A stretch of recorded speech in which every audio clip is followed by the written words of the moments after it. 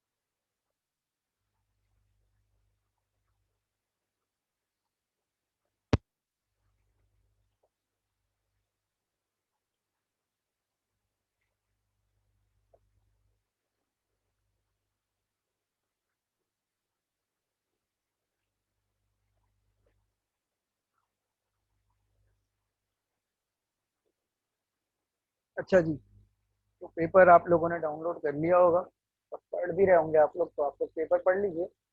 फिर हम बात करते हैं, बाकी लोग भी ज्वाइन कर लें।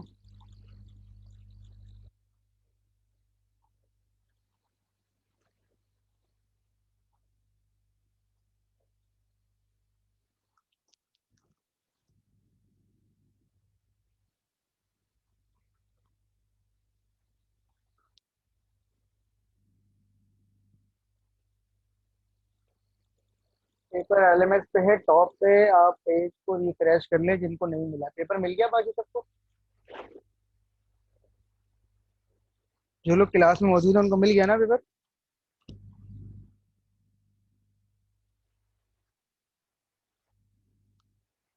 जी साहब, एलएमएस पे पेपर मौजूद है, टॉप पे देख लें, मिड टर्म एग्जाम के नाम से उसको रिफ्रेश करने तो आ जाएगा।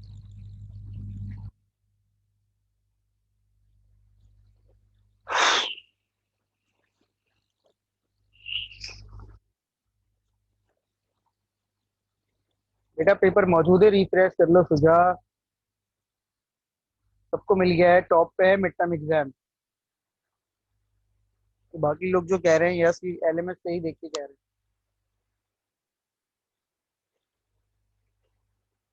काइंडली रिफ्रेश योर एलएमएस, तो आपको टॉप पे पेपर मिल गया।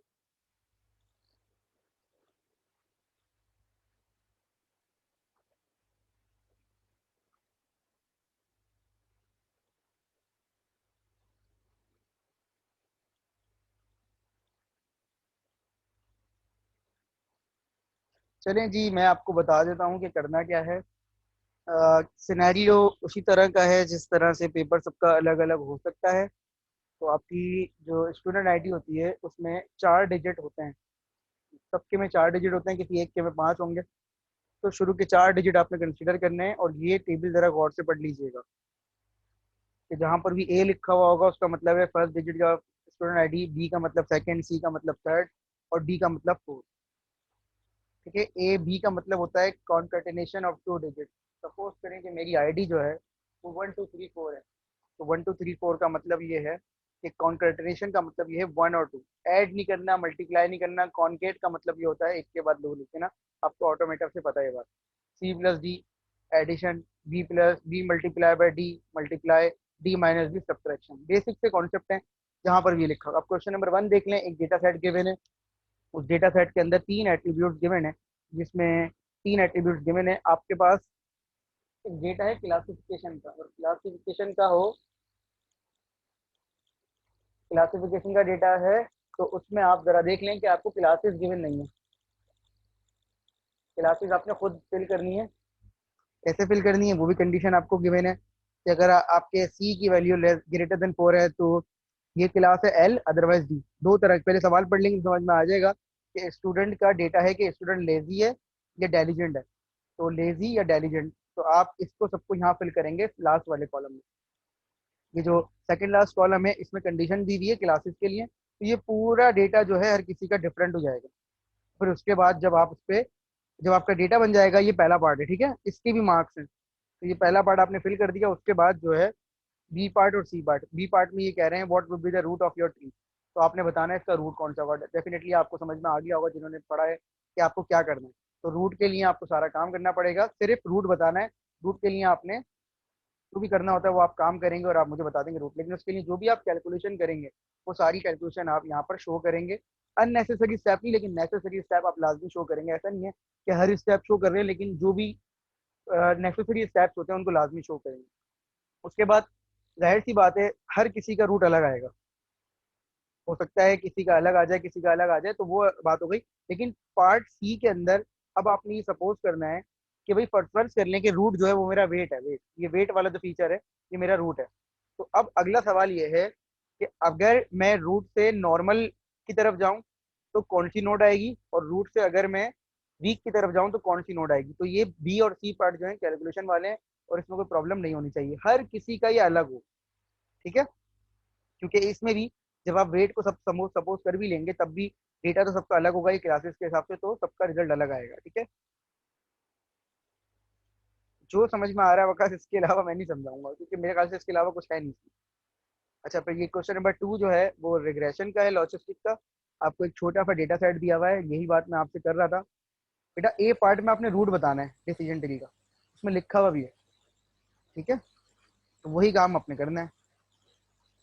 क्वेश्चन नंबर 2 लॉजिस्टिक रिग्रेशन का क्वेश्चन है। पहले वाले में सवाल में पूछ रहे हैं कि how many dimension are in the given data set. आपको ये बताना है कि इसके अंदर कितने डायमेंशन हैं। ये प्रॉब्लम रिग्रेशन बेस्ड प्रॉब्लम क्यों है, और सी पार्ट भी थ्योरेटिकल है। फोर्थ पार्ट में देखने क्या करना है, apply gradient descent to minimize the cost function for one iteration with initial theta values are this. आपने ग्रेडियंट डिसेंट अप्लाई करना है इस डेटा सेट पे। डेटा सेट हर किसी का अलग होगा क्योंकि हर किसी की आईडी अलग है, और आपने इनिशियल थीटा लेने 1 और 1.5, और सिर्फ एक आइट्रेशन करके नेक्स्ट थीटा की वैल्यूज बतानी है। सी पार्ट डी पार्ट के अंदर ये करना है। ई पार्ट के अंदर आपसे अगेन एक सवाल पूछा हुआ है थ्योरेटिकल। तो जितने भी थ्योरेटिकल क्वेश्चन हैं वो सबके अपनी वर्डिंग में होने चाहिए। अपनी वर्डिंग का मतलब होता है कि अपने सब्जेक्ट से रिलेटेड होते हुए अपनी वर्डिंग में आंसर करना है। तो यहाँ किसी का कॉपी नहीं होना चाहिए। ये मेरी बड़ी क्लियर इंस्ट्रक्शंस हैं। आप लोगों को पता भी चल रहा होगा दूसरे पेपर से कि अगर किसी का सेम आंसर हुआ वर्डिंग में तो वहां मैं उसको 0 दे दूंगा। तो अपनी वर्डिंग में लिखें, जो आपको समझ में आता है आप वो काम करें, ठीक है। असद 1 मिनट। क्वेश्चन नंबर 3 जो है इसके अंदर भी छोटे छोटे से सवाल आते हैं। In which scenario K N N will give better accuracy than logistic regression, ठीक है। आपने खुद सोच के बताना है। Is there any difference between the decision boundary of the logistic regression and K N N. वो जो हम लाइन खींचते हैं तो डिसीजन बाउंड्री जो होती है उसमें के एन एन में और लॉजिस्टिक रिग्रेशन में कोई फर्क है। एक क्वेश्चन नंबर सी पार्ट जो है इसका एक छोटा सा कैलकुलेशन का पार्ट है। कह रहे हैं कि consider given classifier for the district. आपको एक इक्वेशन दी हुई है, लॉजिस्टिक रिग्रेशन की इक्वेशन दी हुई है। कह रहे हैं what is the predicted probability of having capsule 1। Capsule एक एट्रीब्यूट है, ये रहा, ठीक है। अब 47 ईयर्स ओल्ड मैन, एज बताई हुई है आपको, पीएसए लेवल बताया हुआ और glycerine score according to the our classifier. कह रहे हैं कि बताइए कि क्या प्रोबेबिलिटी आएगी। तो ये बहुत छोटा सा सवाल है, सिंपल सा सवाल है, इसमें कोई ज्यादा सोचने की जरूरत नहीं है। अगर आपने लॉजिस्टिक डिक्शन पढ़ा है तो ये बहुत आसान सा सवाल है।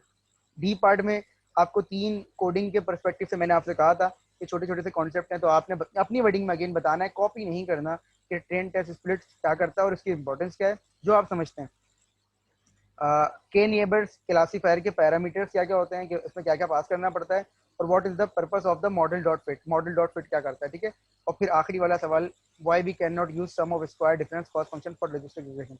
लॉजिस्टिक रिग्रेशन का कॉस्ट फंक्शन में एक चीज चेंज हो जाती है, वो क्यों कर रहे हैं हम। तो ये थोड़ा सा 4 पार्ट जो है इसके थ्योरेटिकल है, अपनी वर्डिंग में करने हैं, और 5वां पार्ट, ठीक है। और ये आखिरी सवाल है, ये लॉजिस्टिक रिग्रेशन का न्यूमेरिकल बेस है। आपके पास 2 एट्रीब्यूट्स हैं और एक आपके पास क्लास है। आपने पहले सवाल में क्या करना है, कॉस्ट फंक्शन बताना है, एक आइट्रेशन करके calculate the cost function if thetas are. हमने थीटा भी बता दिया आपको और लाइन भी बता दी, कोई कैलकुलेशन नहीं करनी है आपने, मतलब शुरू में आपके पास ये लाइन गिवन है। ये अगर आपको याद हो लॉजिस्टिक रिग्रेशन के अंदर ये कहाँ यूज होता है, तो ये आपको गिवन है और ये गिवन है। आपने इसमें पुट करके कॉस्ट फंक्शन निकालना है, सिर्फ एक दफा चारों की वैल्यूज पुट करके आंसर निकाल देना। मतलब जो कॉस्ट फंक्शन की आखिर में वैल्यू आएगी वो सबकी अलग अलग होगी, क्योंकि सबकी जो क्लास आईडी है वो अलग अलग है, इसी तरीके से यूजिंग थीटास, सिंपल सा सवाल है ये, तो बहुत ही आसान है कि ये थीटा यूज करते हुए आपने क्लास बतानी है इस डेटा सेट में। तो ये, इसमें अगर मैं दोनों में बात करूं तो ये सेकंड वाला पार्ट तो मुश्किल से 2 से 3 मिनट का है, ठीक है। मैक्सिमम 5 मिनट ज्यादा से ज्यादा बता रहा हूँ, वो भी उस सूरत में कि आप बहुत साफ सुथरा काम, अदरवाइज दूसरा पार्ट मुश्किल से 2 से 3 मिनट का है अगर आपने इसको एक दफा किया हो तो, ठीक है। अब ये मेरा पेपर है और ये मैं हूँ और ये पेपर हो रहा है। अब आप बता दें आप लोगों का क्या सवाल है। जी असदुल्ला साहब कुछ कह रहे थे। अब आप जैसे ही आप ये रिकॉर्डिंग मतलब ये क्लास आप पेपर लीव कर देंगे, जिसको आता है वो पेपर लीव कर दे, मेरा नंबर आप सबके पास मौजूद है, जिसको आता है वो पेपर लीव कर दे और मुझसे आप वॉइस नोट पे छोटे छोटे वॉइस नोट्स में आप मुझसे पूछ सकते हैं जो भी आपकी प्रॉब्लम हो, और जिसको आता है वो लीव कर दे। जैसे ही आप लीव करेंगे तो फिर मैं इसकी रिकॉर्डिंग आपके पास अपलोड कर दूंगा, ठीक है। अब अगर किसी को कोई सवाल है तो अभी पूछ ले, मैं मौजूद हूँ, जिसका जो भी सवाल है वो पूछ ले। Sir 1 minute sir, Q1 sir root note बतानी है बेटा, रूट नोट बतानी है, लेकिन कैलकुलेशन करनी पड़ेगी ना, तो रूट नोट बतानी है क्वेश्चन 1 में। अभी तो शॉर्ट लग रहा है, बाकी करना स्टार्ट करिए। उसामा मैं तुम्हारे साथ हूँ। क्वेश्चन 1 का पार्ट ए क्लियर नहीं है बेटा, पार्ट ए देखो, पेपर पढ़ोगे तो क्लियर हो जाएगा, समझ रहे हो फातिमा। पेपर पढ़ोगे बेटा तो क्लियर होगा, पेपर पढ़ लो, मैंने तो आपको डायरेक्ट वो चीजें बताई हैं। आईडी कैसे लिखनी है, आपकी आईडी है 7761, तो जरा पढ़ लें, ये पढ़ लेंगे ना फैजान साहब, और ये पढ़ लें थोड़ा सा, ये पढ़ लें थोड़ा सा टाइम लगा के, तो आपको सब समझ में आ जाएगा, ये जो मैंने हाईलाइट किया हुआ। हर सवाल में आपकी आईडी का काम हो रहा है, हर सवाल में आपकी आईडी से रिलेटेड डेटा बनेगा, तो हर किसी का डेटा अलग हो जाएगा, डेटा अलग हो जाएगा तो सबके सॉल्यूशन अलग हो जाएंगे, ठीक है। मैंने अपना नंबर दे दिया है, और जिसको कोई पूछना हो तो वो पूछ सकता है, बिल्कुल पूछ सकता है। और आपको पता है कि सबमिशन यहीं होगी एलएमएस पे, कहीं और नहीं होगी।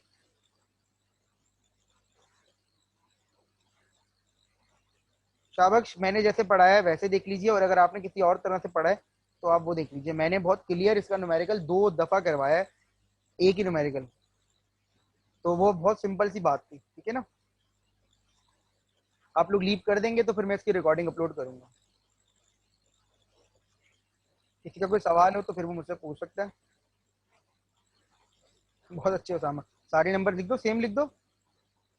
नहीं, ए बी कॉन्केटेनेशन हो रहा है खलील बेटा, पढ़ लो इसे, पढ़ लो, ये देखो लिखा हुआ भी है, मेरी आईडी देखो, मैंने सपोज किया 1234, और ए बी का मतलब है 12, मल्टीप्लाई होगा तो पीछे मल्टीप्लाई लिखा हुआ होगा, ठीक है।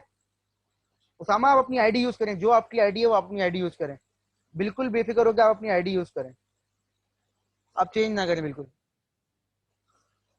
सही है भाई, और बताइए, और किसी का कोई सवाल है।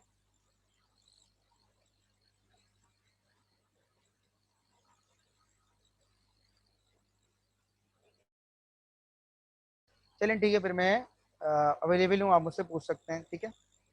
All the best, Allah Hafiz.